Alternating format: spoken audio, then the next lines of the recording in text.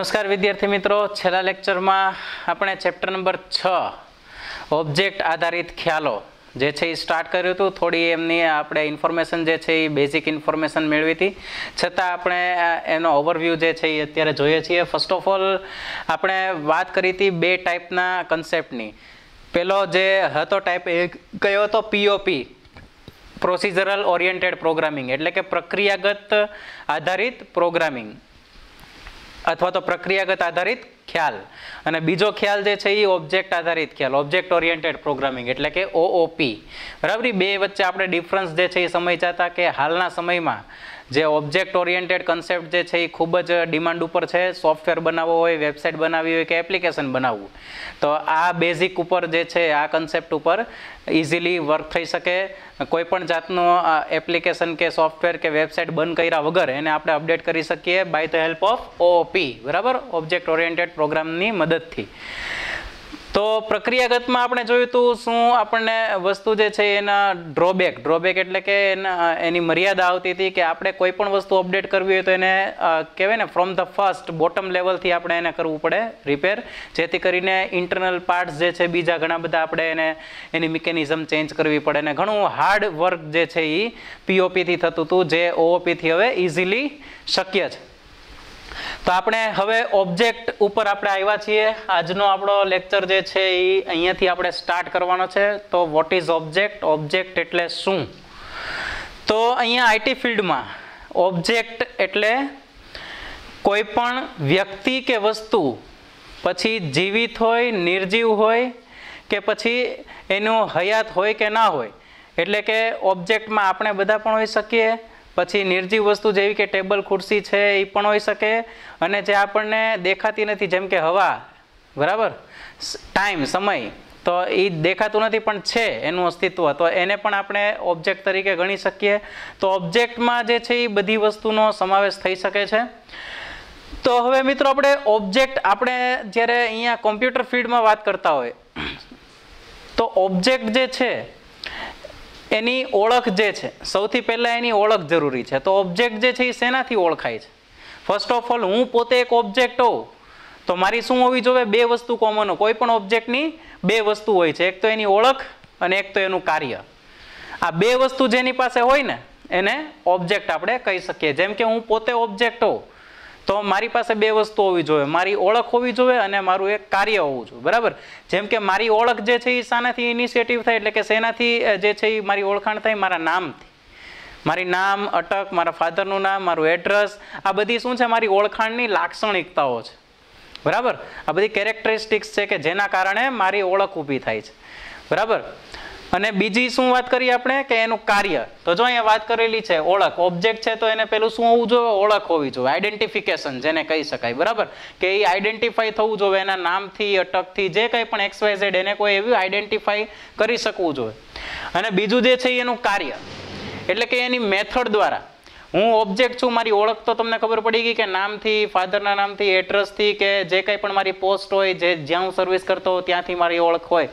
પણ મારું કાર્ય પણ હોવું જોઈએ. ભાઈ હું ઓબ્જેક્ટ છું તો મારી ઓળખ મારું નામ છે, અને મારું કાર્ય તો કે અત્યારે હું જે છે એ લેક્ચર લઉં છું એ મારું કાર્ય છે. હું ચાલું છું, હું ક્યાંક ખાઉં છું, પીવું છું, આ બધું શું છે? કાર્ય છે, કામ, કાંઈક હું વર્ક કરું. તો ઓબ્જેક્ટ જે છે એ અમુક કાર્ય કરી શકવા જોઈએ અથવા એની ઓળખાણ હોવી જોઈએ, ત્યારે એ પ્રોપર કન્સેપ્ટમાં ઓબ્જેક્ટ કહી શકાય. કોઈ પણ ઓબ્જેક્ટ હોય, બરાબર, જેમ કે પક્ષીને આપણે એક ઓબ્જેક્ટ તરીકે લઈએ તો પક્ષી પણ એની ઓળખ હોય, જેમ કે ચકલી છે, આ છે, તે છે, બધી ઓળખ છે. અને એનું કાર્ય શું છે? એ પણ ઉડે છે, ચણે છે, બરાબર, આ બધું એ કાર્ય કરે છે. તો એ બધી એની શું થઈ? મેથડ થઈ.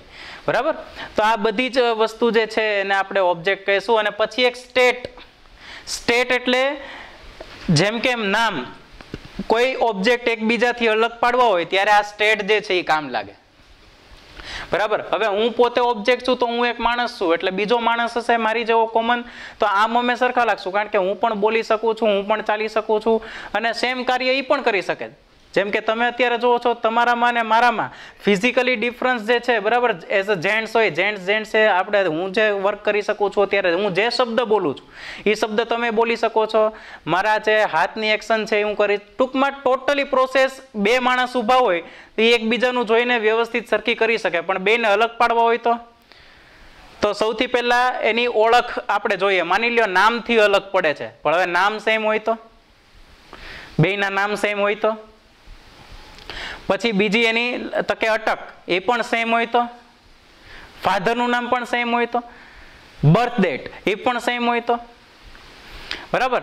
પછી સ્કૂલમાં સ્ટુડન્ટ હોય તો બેયની માની લો કે બે સ્ટુડન્ટનો ક્લાસ પણ સેમ છે, નામ પણ સેમ છે, સરનેમ પણ સેમ છે, ફાધર નેમ પણ સેમ છે, તો એક એવી વસ્તુ તો હશે કે જેના દ્વારા એ બે સ્ટુડન્ટ અલગ પડે છે.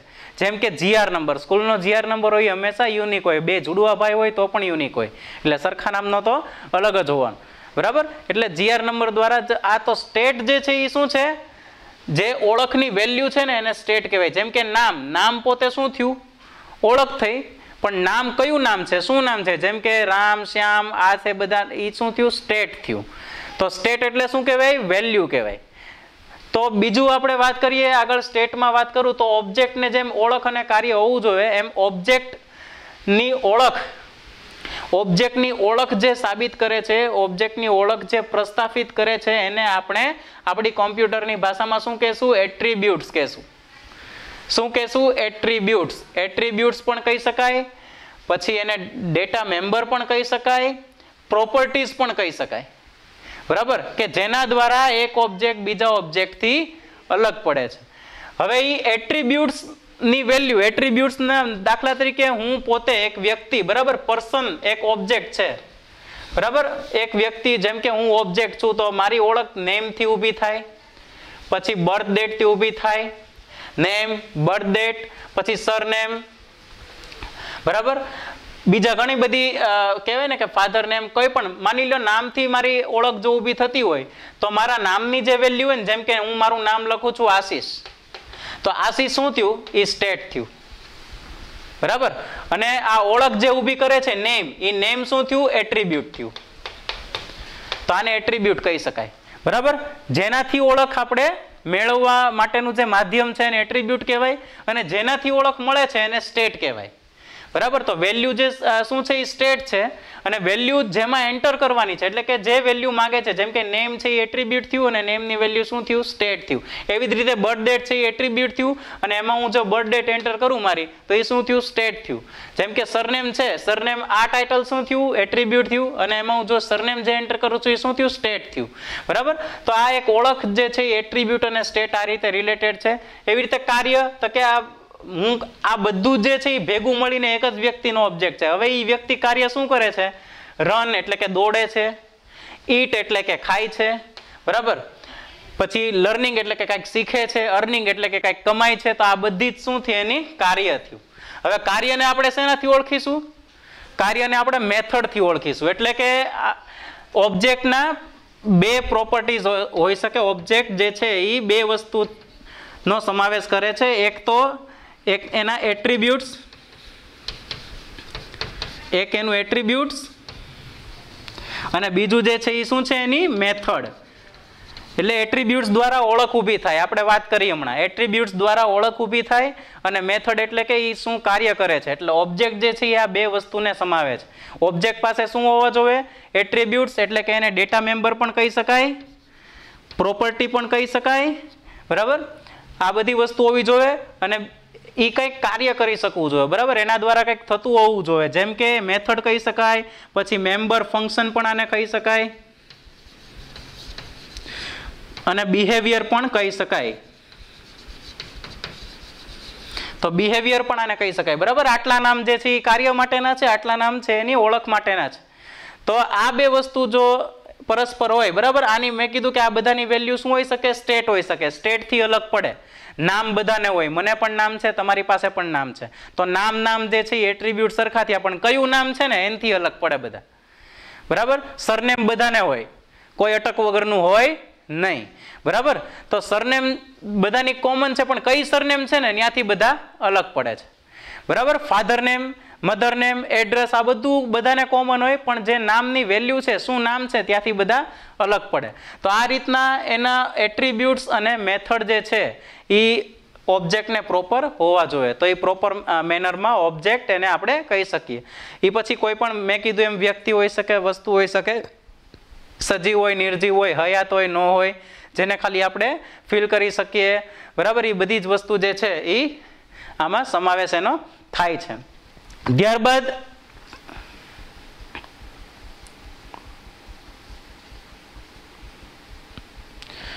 ત્યારબાદ આગળ આપણે વાત કરીએ ક્લાસની. ઓબ્જેક્ટ, ફરી એકવાર રિવ્યુ. ઓબ્જેક્ટ એટલે કોઈ પણ વ્યક્તિ કે વસ્તુ કે જે જીવિત હોય કે નિર્જીવ હોય, હયાત હોય કે ન હોય, બરાબર, એ દરેક વસ્તુને આપણે ઓબ્જેક્ટમાં લઈ શકીએ. પણ ઓબ્જેક્ટ પ્રોપર ક્યારે કહેવાય કે જ્યારે એને કોઈ ઓળખ હોય અને એ કોઈ કાર્ય કરતું હોય, બરાબર. તો ઓળખ જે છે એ એટ્રીબ્યુટ્સથી ઇન્ડિકેટ થાય છે અને એટ્રીબ્યુટ્સની વેલ્યુ જે છે એને સ્ટેટ કહેવામાં આવે છે, બરાબર. સ્ટેટથી બધા ઓબ્જેક્ટ એકબીજાથી અલગ પડી શકે. પછી મેથડ એટલે કે એ ઓબ્જેક્ટ શું કાર્ય કરે છે, તો એને આપણે મેથડમાં લેશું, મેમ્બર ફંક્શનમાં લેશું અથવા તો બિહેવિયરમાં લેશું. આ બધા નામ જે છે એ સેમ છે, તમારે ધ્યાનમાં રાખવાના છે. હવે આપણે મહત્વની વાત કરીએ ક્લાસ વિશે. હું અહીંયા ઓબ્જેક્ટનો જે અહીંયા ચાર્ટ તમને સમજાવવા ડ્રો કર્યો તો એ હું અહીંયા ઇરેઝ કરું છું, બરાબર. છતાં કોપી કરવું હોય સમજવા માટે તો કરી શકો છો.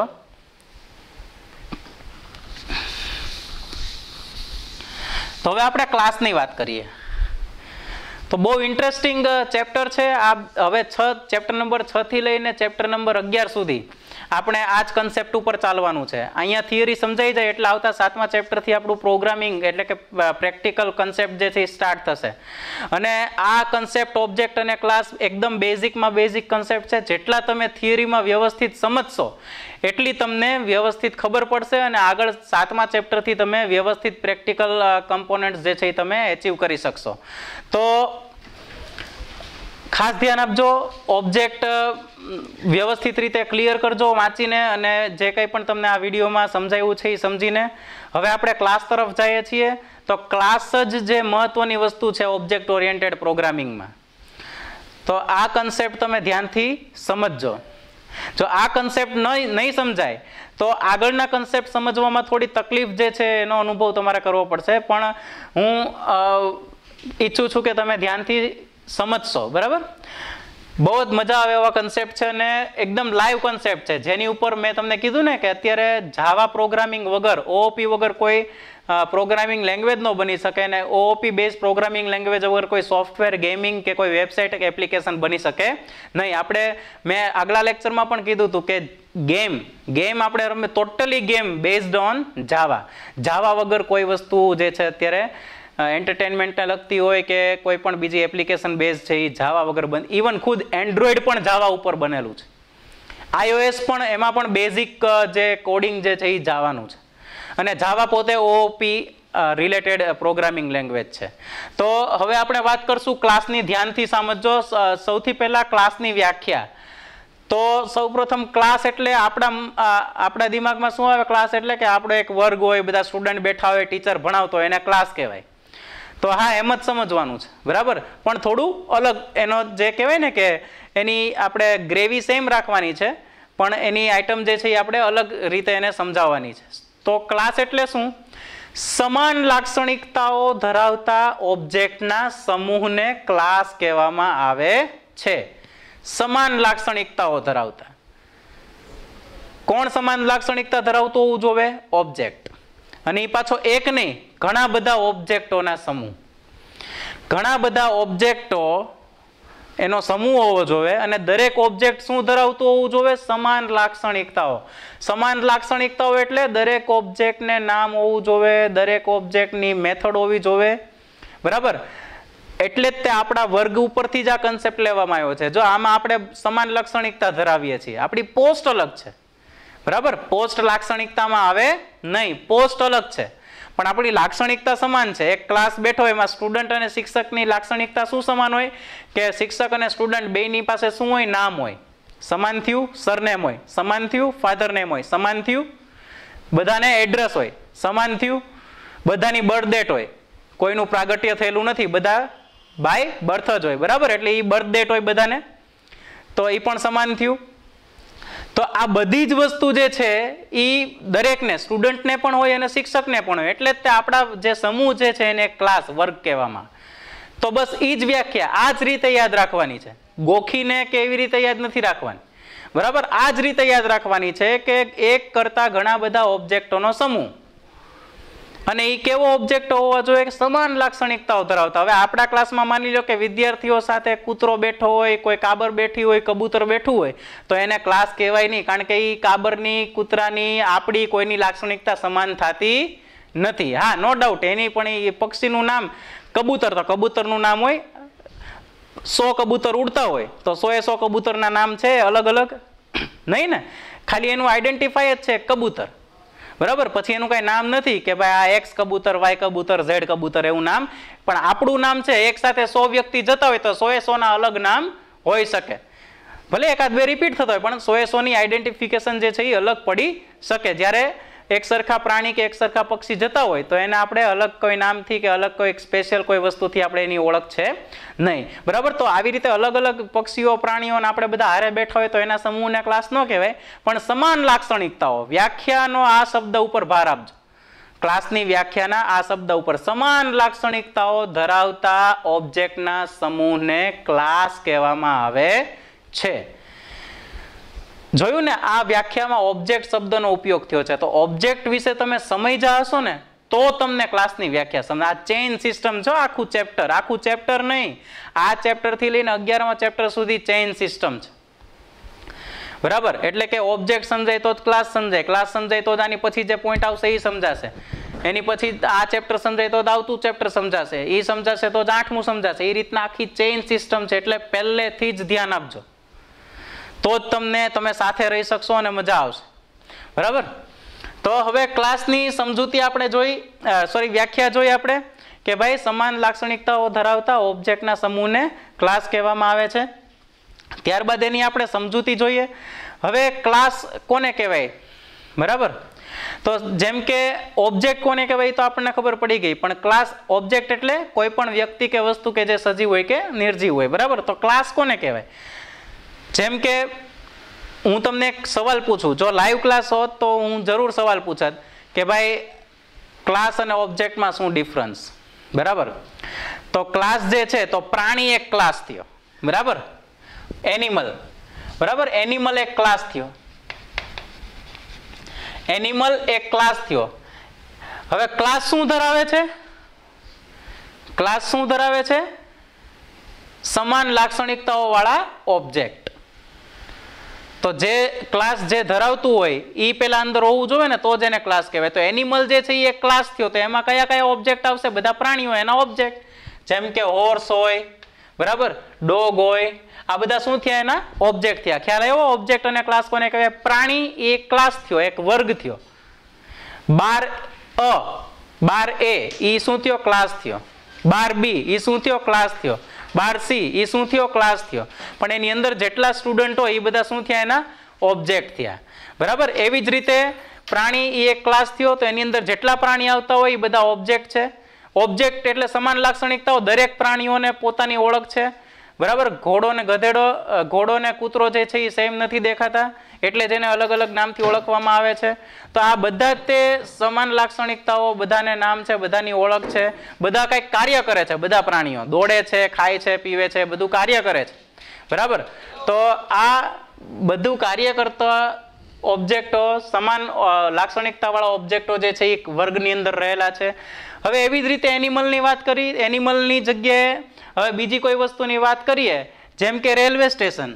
રેલવે સ્ટેશન એક ઓબ્જેક્ટ હોય તો એનો ઓબ્જેક્ટમાં આપણે શું લઈ શકીએ? ટ્રેન, ટીસી, બરાબર, આ બધી વસ્તુ. પછી વેગન, જે ટ્રેનના વેગન આવે એ, બરાબર, એન્જિન, આ બધું આપણે જે છે એક ક્લાસના ઓબ્જેક્ટ તરીકે લઈ શકીએ. બરાબર, જેમ કે બસ સ્ટેશન એક ક્લાસ હોય તો બસ સ્ટેશનના ક્લાસમાં આપણે ઓબ્જેક્ટ કોને કોને લઈ શકીએ? બસને, કંડક્ટરને, ડ્રાઈવરને, આ બધાને આપણે શું ઓબ્જેક્ટ તરીકે, કારણ કે એ રિલેટેડ છે. બરાબર, એ બધા રિલેટેડ ઓબ્જેક્ટ જે છે એ કહી શકાય. તો તમને ખ્યાલ આવી ગયો હશે ક્લાસ કોને કહેવાય. હજી કહું છું, બરાબર, ક્લાસ કોનું નામ હોઈ શકે? એક સમૂહ, ઓબ્જેક્ટોનો સમૂહ કે જે સમાન લાક્ષણિકતા ધરાવતા ઓબ્જેક્ટો હોય. બરાબર, પ્રાણી તો પ્રાણી એ ક્લાસ છે, પણ એની અંદર આવતા બધા પ્રાણીઓ ઓબ્જેક્ટ છે. પક્ષી તો પક્ષી એક ક્લાસ છે, તો એની અંદર આવતા તમામ પક્ષીઓ જે છે એ શું કહેવાય? ઓબ્જેક્ટ કહેવાય. તો આવી જ રીતે આપણે હવે ક્લાસને પ્રેક્ટિકલી સમજીએ ડાયાગ્રામ દ્વારા. હવે પ્રેક્ટિકલમાં ક્લાસનું સ્ટ્રક્ચર કઈ રીતે આવે, બરાબર. અત્યારે જે આપણે સમજ્યા ક્લાસ વિશે એ કહેવાય ને થિયરેટિકલ અન્ડરસ્ટેન્ડિંગ હતી. હવે આપણે પ્રેક્ટિકલી એને અન્ડરસ્ટુડ કરીએ, પ્રેક્ટિકલી સમજીએ કે ક્લાસને હકીકતમાં પ્રેક્ટિકલમાં એનો ડાયાગ્રામ કેવો હોય. પ્રેક્ટિકલમાં આપણે ક્લાસ લખવું હોય પ્રોગ્રામિંગ ભાષામાં, કોડિંગની ભાષામાં, જેમ સી લેંગ્વેજમાં તમે પ્રોગ્રામ કરતા 10મા ધોરણમાં, બરાબર. એવી જ રીતે અહીંયા પ્રોગ્રામ કરવો હોય તો ક્લાસને આપણે કઈ રીતે રિપ્રેઝન્ટ કરી શકીએ. તો સૌથી પહેલા શું આવશે? ક્લાસનું નામ, બરાબર. જો ક્લાસ જે છે એ 3 સેક્શનમાં ડિવાઈડ થયેલો છે. ક્લાસ ડાયાગ્રામને આપણે 3 સેક્શનમાં બતાવી શકીએ. તો સૌથી ટોપ ઓફ ધ સેક્શન જે છે, જેને ફર્સ્ટ સેક્શન તરીકે પણ ઓળખવામાં આવે, બરાબર. Top of the section represent the name of class. ક્લાસનું નામ જે છે ઇન્ડિકેટ કરે છે. સૌથી ઉપર ક્લાસનું નામ આવી શકે, બરાબર. જેમ કે અહીંયા આપણે ઉદાહરણ જોતા જ જઈએ સાથે સાથે, એટલે ખ્યાલ આવતો જાય. જેમ કે ક્લાસનું નામ જે છે એ હું અહીંયા રાખું છું પર્સન, વ્યક્તિ. તમારી ટેક્સ્ટ બુકમાં આપેલો છે, બરાબર. ક્લાસનું નામ મેં પર્સન, માણસ, બરાબર. એવું ક્લાસનું માણસ છે એ ક્લાસ થયો, પણ માણસો બધા આપણે બધા શું થયા એના ઓબ્જેક્ટ. આપણા બધામાં એક માણસાઈ રહેલી છે, જો રહેલી હોય તો, બરાબર. આપણે બધા પોતે શું થયા? આપણે માણસના વર્ગમાં જ આપણે આવીએ છીએ, બરાબર. હું તો આવું છું, તમે પણ આવો જ છો, બરાબર. જસ્ટ કોમેન્ટ હો ભાઈ, કોઈ ખોટું નહીં લગાડતા. વચ્ચે અમુક સ્ટેટમેન્ટ હું કહેવાય ને કે એન્ટરટેનમેન્ટ માટે બોલતો હોઉં, એમાં કોઈ બહુ ઓલું ન લેવું, થોડું એન્જોયમેન્ટ આવે, બરાબર. લાઈવ ક્લાસ હોય તો આપણે વધારે થોડા જલસા કરતા હોઈએ. ઇનશોર્ટ એવા કન્સેપ્ટ સમજાવવા માટે, બીજા કોઈ હેતુથી નહીં, પણ એક કન્સેપ્ટ સમજાવવા માટે થોડીક તમને એક કહેવાય ને સેકન્ડો પૂરતી થોડીક હળવાશ મળી જાય એવા પ્રયત્નો હોય છે કોઈ પણ શિક્ષકના, અને હોવા જ જોઈએ, બરાબર. તો પર્સન, તો પર્સન નામના ક્લાસ આપણે લઈએ તો પહેલું સેક્શન જે છે એ ક્લાસનું નામ ઇન્ડિકેટ કરશે. તો પર્સન, બરાબર. ક્લાસ કરીને પર્સન. પછી બીજા સેક્શનમાં ધ સેકન્ડ સેક્શન શું ઇન્ડિકેટ કરે છે? એટ્રીબ્યુટ્સ. એટ્રીબ્યુટ્સને પ્રોપર્ટીઝ પણ કહી શકાય, ડેટા મેમ્બર પણ કહી શકાય, અને સોરી મેથડ જે છે એ યાર ન કહી શકાય, લખવામાં થોડી મિસ્ટેક થઈ છે. મેથડ જે છે એ ફંક્શનને કહી શકાય. તો આને આપણે કયા કયા નામથી ઓળખશું? એટ્રીબ્યુટ્સ, પ્રોપર્ટીઝ અને ડેટા મેમ્બર. તો આ ત્રણેય વસ્તુ શું થયું? એ સેકન્ડ સેક્શનમાં આવશે. જેમ કે પર્સન છે તો પર્સનનું એટ્રીબ્યુટ, મેં કીધું ને ઓબ્જેક્ટને 2 વસ્તુ હોવી જોઈએ, ઓળખ અને કાર્ય. ઓબ્જેક્ટને 2 વસ્તુ હોવી જોઈએ, ઓળખ અને કાર્ય. તો ઓળખ એની સેકન્ડ સેક્શનમાં આવશે, બરાબર. ઓળખ, બરાબર. અને કાર્ય એના ત્રીજા સેક્શનમાં, લાસ્ટ સેક્શનમાં આવશે, બરાબર. અને એ કયા ક્લાસનો છે? એ પહેલા સેક્શનમાં. પહેલા કયા ક્લાસમાં આવે છે? જો એ પર્સનમાં આવતો હોય તો એની ઓળખ અને એનું કાર્ય શું છે. જો એ એનિમલમાં આવતો હોય તો એની ઓળખ એનું કાર્ય શું છે. જો આ રેલવે સ્ટેશન હોય તો એની ઓળખ એનું કાર્ય શું છે.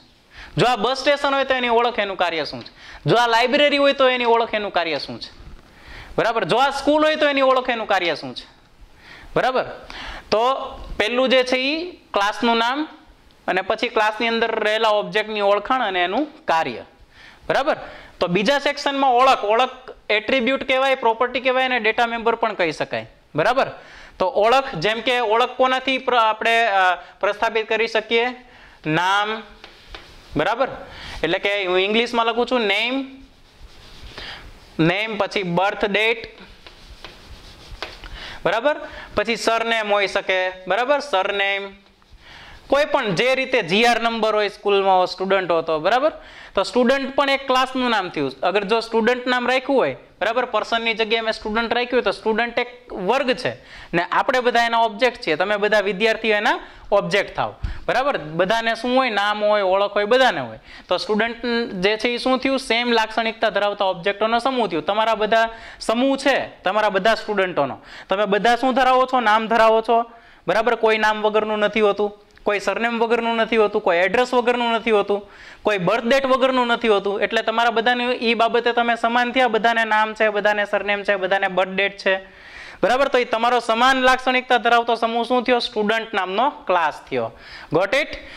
આઈ થિંક સમજાઈ ગયું હશે હવે તમને વોટ ઇઝ ક્લાસ, બરાબર, અને વોટ ઇઝ ઓબ્જેક્ટ. તો અહીંયા પર્સન છે તો દરેકને નામ હોઈ શકે, બર્થ ડેટ હોઈ શકે, દરેકની સરનેમ હોઈ શકે, બરાબર. હવે એની વેલ્યુ જે છે ને અહીંયા જે આપણે મૂકીએ, જેમ કે મારું નામ આશીષ, બરાબર, મારી બર્થ ડેટ XYZ, બરાબર, મારી સરનેમ પંડ્યા, બરાબર. તો આ જે છે એ શું થયું, આ જે વસ્તુ લખી શું થયું, સ્ટેટ થયું કે જેનાથી હું બીજાથી અલગ પડું. જેમ કે અહીંયા બીજો પર્સન, આ પર્સન 1 એટલે હું થયો. પર્સન 2 નું ઓળખતો એનું નામ બીજું હોય, નામ સરખા હોય તો બર્થ ડેટ બીજી હોય, બર્થ ડેટ સરખી હોય તો સરનેમ અલગ હોય, અથવા તો હું સ્ટુડન્ટ હો GR થી તો અલગ પડી જ જાય અમે. બરાબર. તો આ રીતના જે છે એ સ્ટેટ દ્વારા એટ્રીબ્યુટને આપણે ફિલ કરવાનું હોય અને એટ્રીબ્યુટથી ઓળખાણ થાય. અને પછી નીચે લાસ્ટ સેક્શનમાં શું આવે કે એ ઓબ્જેક્ટ કાર્ય શું કરે છે એ ક્લાસના છેલ્લા સેક્શનમાં આપણે બતાવવાનું હોય. એટલે કે બોટમ ઓફ ધ ક્લાસ શું આવી શકે, એના ઓપરેશન અથવા બિહેવિયર અથવા મેમ્બર ફંક્શન અથવા મેથડ. અહીંયા મેથડ હું કહી શકું આને. બરાબર. આ ત્રણેય સેમ વર્ડ છે, ઓપરેશન, બિહેવિયર, મેમ્બર ફંક્શન અથવા મેથડ. બધાનો અર્થ સરખો જ થાય છે, કાર્ય. બરાબર. કે પર્સન છે એનું નામ હોય, બર્થ ડેટ હોય, સરનેમ હોય, પણ એ કાર્ય શું કરે છે. બરાબર. કાર્ય શું કરે છે, પ્લે, રન, ઈટ, અર્ન. બરાબર. તો આ શું થયું, એનું બધું કાર્ય થયું. તો એ કાર્ય ક્યાં આવશે, છેલ્લા સેક્શનમાં. તો ક્લાસ ડાયાગ્રામ આઈ થિંક તમને સમજાઈ ગયો હશે. ફરી એકવાર જોઈ લઈએ. 3 સેક્શનમાં ક્લાસને જે છે એ સમજાવવામાં આવે છે એના ડાયાગ્રામમાં. બરાબર. Class represented by the 3 sections. બરાબર. તો first section for the name of the class. પહેલું સેક્શન જે છે એ ક્લાસના નામ છે, ક્લાસનું નામ આપવામાં આવશે પહેલા સેક્શનમાં, કયા ક્લાસ કયા વર્ગની વાત થાય છે.